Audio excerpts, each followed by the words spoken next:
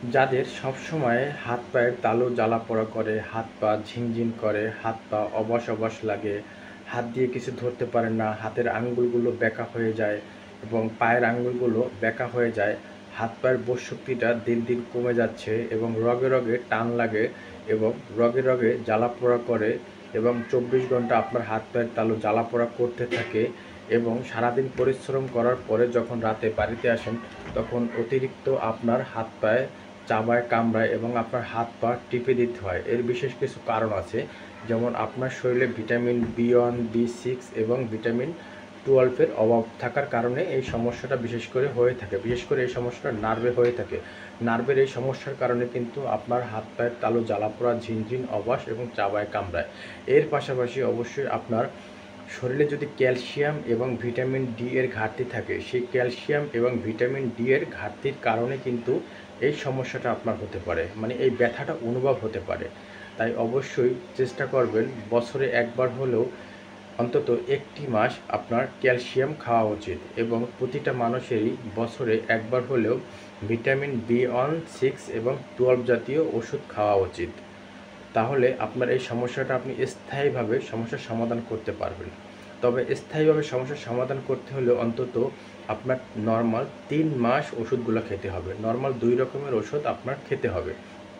যেমন vitamin B one, 6, 12 জাতীয় ঔষধ আছে, যেমন আপনার স্কয়ার কোম্পানির আছে ট্যাবলেট নিউরোবি। আমি আবারও বলতেছি, স্কয়ার কোম্পানির আছে ট্যাবলেট নিউরোবি, অথবা এরিস্টো ফার্মা কোম্পানির আছে ট্যাবলেট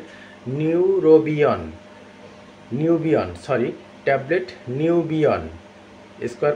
স্কয়ার কোম্পানির হলো নিউরোবি এবং এরিস্টো ফার্মা কোম্পানির আছে নিউবিয়ন, অথবা ইনসেপ্টা কোম্পানির আছে ভিটাবিয়ন। একই ঔষধ, গ্রুপ একই, কোম্পানি আলাদা। যে কোনো একটি ট্যাবলেট অন্তত 3 মাস আপনি সেবন করবেন, সকালে একটি এবং রাতে একটি।